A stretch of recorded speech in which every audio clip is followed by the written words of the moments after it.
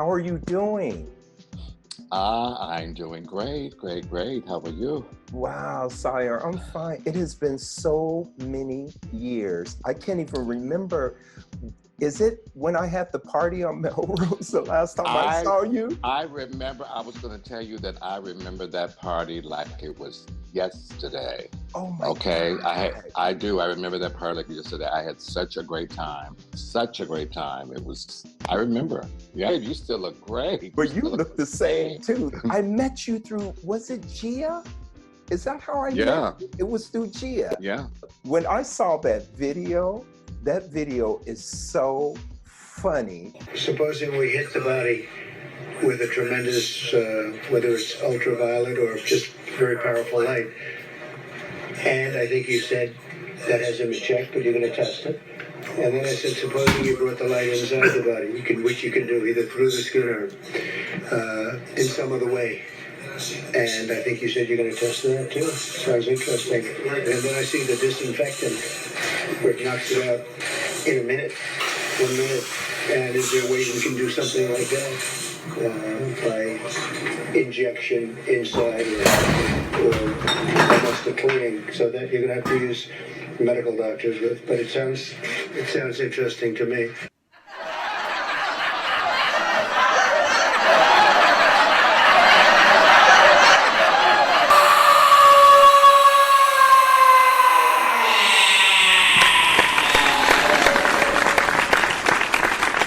Being an entertainer and you're so used to being around people, being in this isolation, I would imagine, I don't know, it has to be a bit daunting, no? Yeah, because I'm a touchy, huggy, feely, kissy guy, and the fact that I can't do that feels really, it was really really difficult the first couple of weeks. It really was very difficult, and then when I saw how some people just weren't careful, how they weren't. Oh, so you're seeing the same thing there? Yeah. So Yeah. once I saw that, then all of a sudden my brain just clicked into this safety mode, and I'm good. You know what I mean? I'm good. So I've been able to get through, protecting myself, opposed to, how some people just say, oh, what you doing? I'm just gonna come through, and it's like, oh, no, you can't. Right. Right. So Yeah. do you have anything like planned in the future? Are you going on tour or anything? Well, I was scheduled to go on tour, on a world tour with this new Very White project, and everything just came right down to a halt when this happened. Wow. And yeah. But so I'm working on my own projects now. It's like my lifelong dream is to have my own, TV show, variety show where I can, Oh yeah. well, that's what part of that Trump thing is about. It's about, I'm trying to get that out there, that I want to have my own variety show. And I, ever since I was a child, I would have my relatives, play different characters and put on shows for the other relatives. And, I've been doing that all my life. And, with cable, I had my first cable show back in the 80s, You And did? so I've been Wow. doing it, yeah, Uh-huh. yeah. So I was been doing it for a long time, and that's what part of the things I've been trying to do, because I know so many talented people that, some are well known and some are not, and I just, want to be able to, hire them and have them, do stuff and just, be creative, while I can, you know what I mean? So that's what I've been trying to do, Right. and I'm working on I'm working on my a new song that's about this whole it's like my expression of what the effect that the pandemic has had on me, and that's what the song is about. It's called "When Can We Love Again," and it's a song that I wrote, and it's really weird because I had this music for 2 years, and for some reason nothing would come up, and nothing would come up no matter what I tried to write on it, until all of a sudden it just flooded right out. There is some good that is going to come out of it, such Yeah. as, creativity, your brain has a moment to kind of flourish. Yes. Yes, for sure. It does. It has a moment to flourish.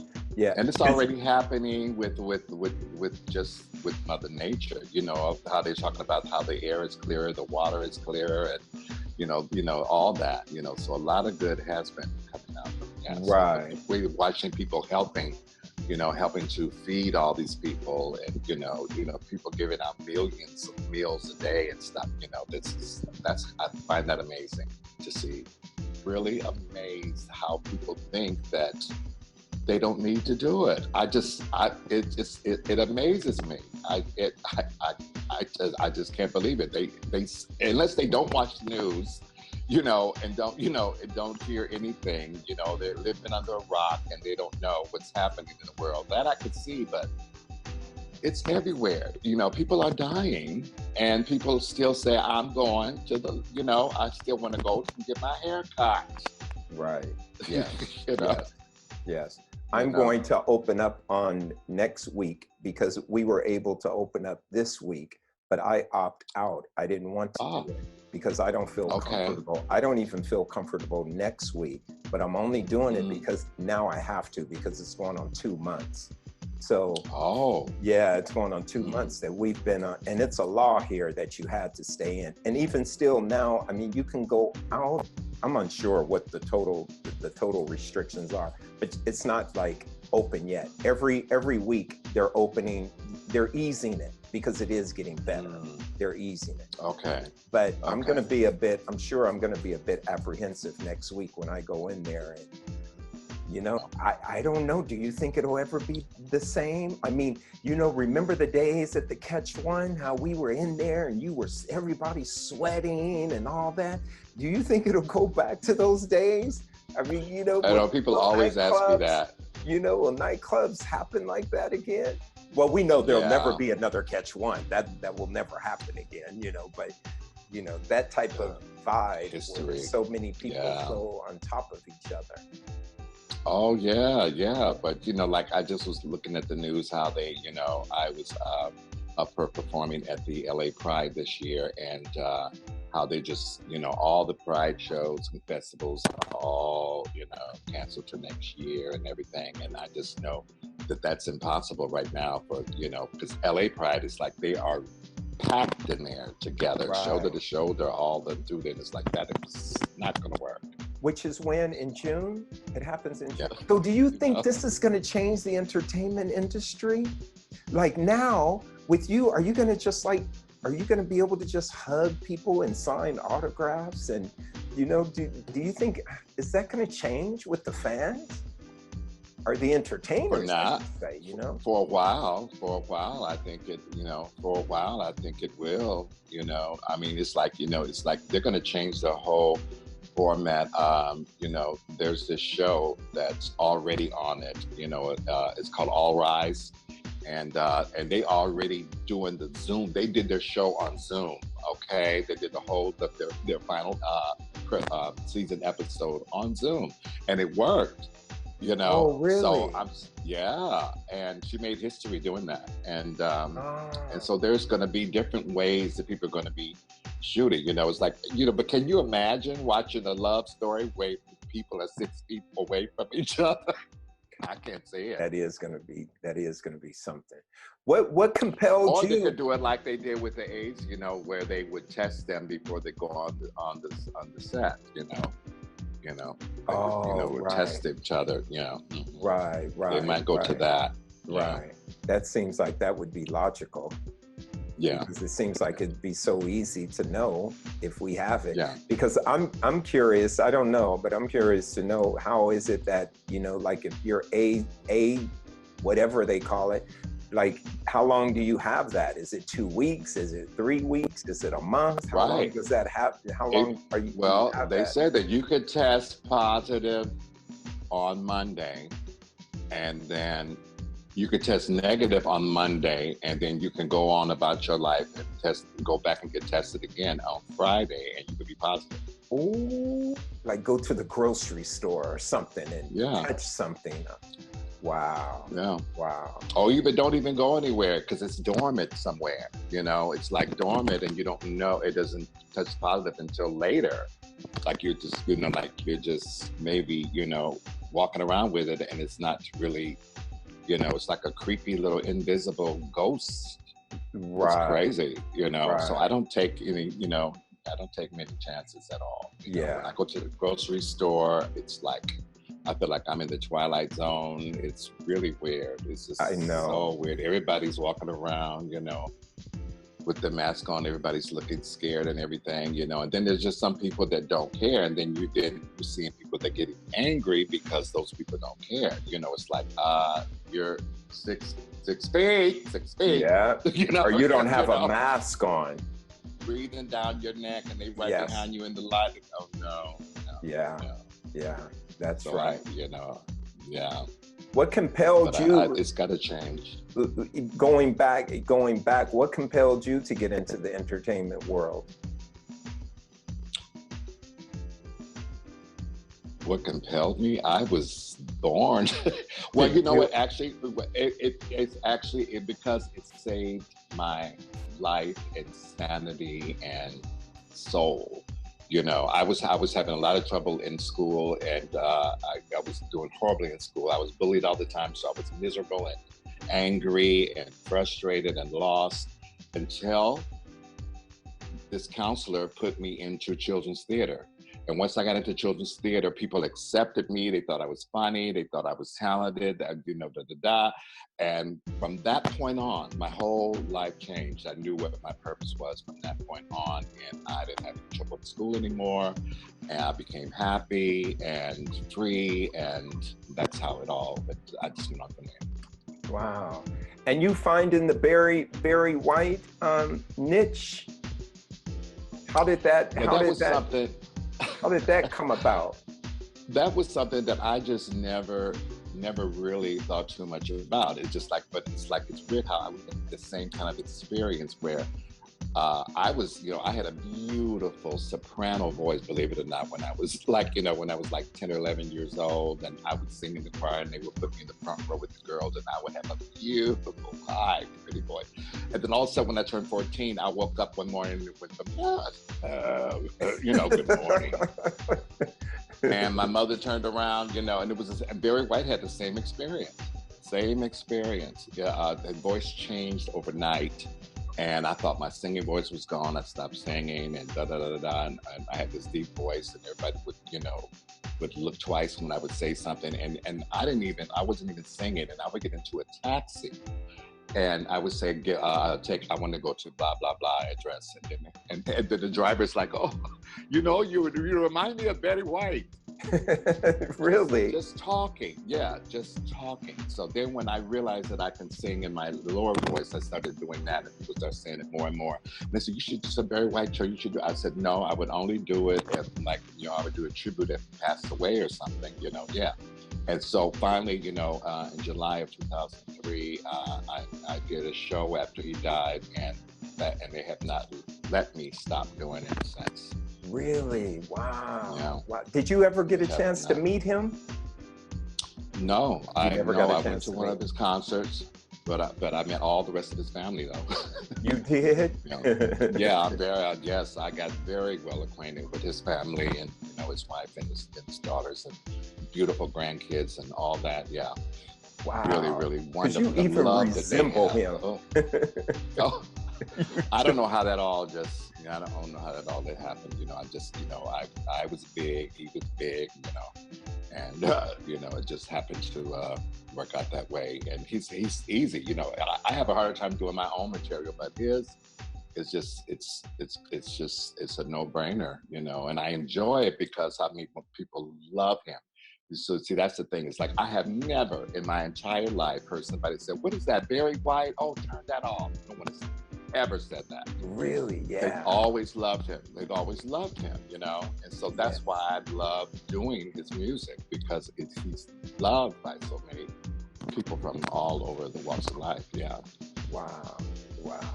Could you give people any aspiring artists? Could you give them any type of advice for getting into the entertainment world? Well, you have to have confidence and determination. You know what I mean? You have to have kind of some, you have to have some tough skin to get up and keep going back at it, and you have to learn a lot about yourself, about what you need to, improve. You have to make sure that you keep good relationships, with people along the way. And because you never know, who would want to call you back. It's like I was on this TV show, the Tim and Eric Awesome Show, back in 2008, somewhere around there, 2008, yeah. And I was on there. I just went on there just for one to do one segment. And this song, Sexual Romance, became a big hit, and they asked me to go on tour with them. Then they asked me back on the show with them. And then, then they end up wrapping the show in 2011. And then here it is, 2020. And I just did the theme song for their new show because I kept that relationship. Yeah. Wow. Yeah, So that's one of the most important things.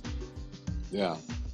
Yeah, you keep bettering yourself and keep the relationships and just be available because you never know when they'll call you back, you know, and, and try to, put yourself in places, in position where you can be, noticed and so forth. And, as far as TV and stuff, and, I would say, that getting an agent is like the first step that you have to do. I was mostly managing myself up until that point. I was just doing I would just go do stuff, and then word of mouth. It's like, oh, you need to call him. Oh, you want somebody to do Barry White? You need to call Sire. It was like that. But it's just you have to establish that for yourself. Establish a place where people can find you. Yes. Yeah, because you know what? I'm thinking you were also in the commercial. Was it with Nicki Minaj or somebody? Was it Nicki Minaj or? Cardi B. Oh, it was Cardi B. Okay. Yeah. Was it a Pepsi commercial or something like that? No, it was it was a Reebok. Reebok shoes. Mm-hmm. Okay. Yeah. Okay. So much wonderful experience. I told my agent, I said, you know what? I would have paid them for that experience. I mean, it was just that much fun, Wow. She was just amazing and funny and I just loved her. Wow.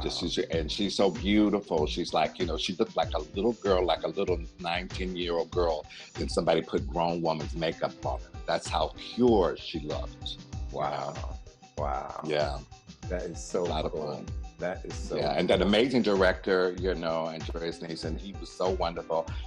He, right after I did that, he and I just had such a great connection that he called me back to do the video for 2 Chainz and Lil Wayne and E40, called I'm Rare, and it was like you said, having those relations, right? Yeah. Right. Wow. Yeah. Well, look, boy, this has been absolutely incredible. I really appreciate you doing this for me. And where can people find you? Like, I think the most interactions I have has been on Facebook. I'm on Facebook, Sire James 1. Okay. And that's, and I'm on Instagram, Sire James 1 as well. Okay. But I also have a website, sirejames.com. And so, but the Facebook would be the best place to connect for sure. Okay. Mayor, look, this has been absolutely incredible. I really, really appreciate you doing this for me.